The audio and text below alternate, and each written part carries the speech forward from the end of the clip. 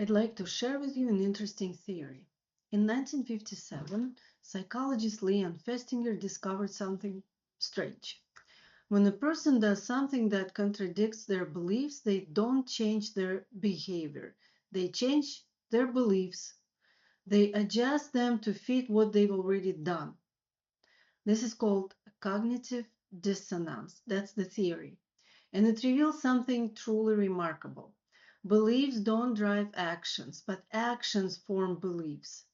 A simple example from real life. Someone starts going to the gym, not because they want to, but because they've already bought a membership or a friend asked. So deep inside, they feel, I'm not a sporty person. This isn't me. But they go once, 10 times a month, and at some point they notice they're talking about themselves differently. Moving matters to me. Missing a workout ruins my day. I have to exercise. No one convinced them to change their self image. The brain adjusted the belief to match the behavior. That's what happened. Because the brain can't tolerate contradiction. I go to the gym 3 times a week. That's a fact? That's a fact. I'm not a sporty person, a fact, but it's already an old belief. One of the two has to give, and it's always the belief that gives. But there's what's really truly remarkable here. The same principle was articulated 700 years before Festinger, of course, in a Jewish text called Sefer HaChinuch.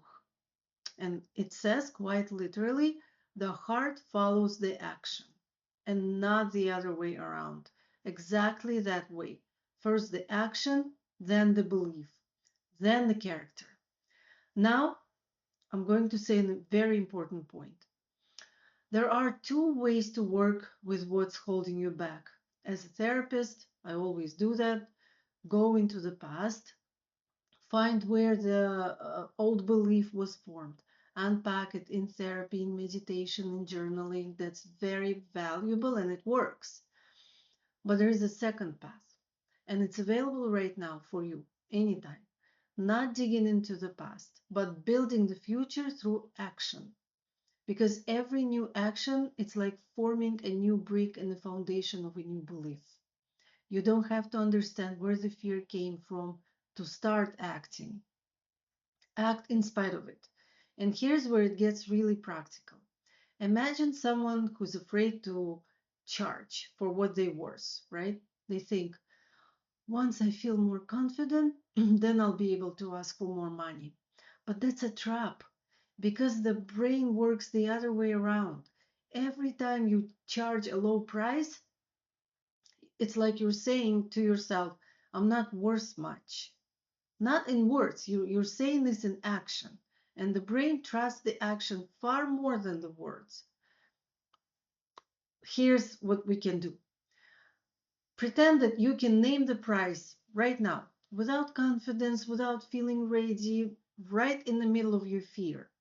The first time, of course, you'll feel discomfort. And that's cognitive dissonance in action. That's what it is. The old belief is pushing back.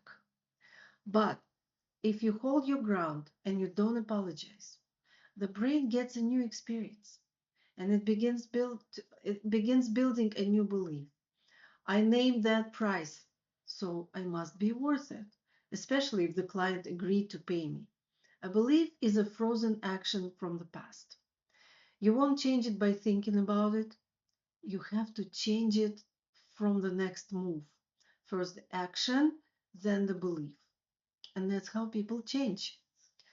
So Pesach is coming, and I'd like to wish everyone to get one step closer in this important work of changing yourself. Hag kosher v'sameach, stay in touch, and we'll talk soon.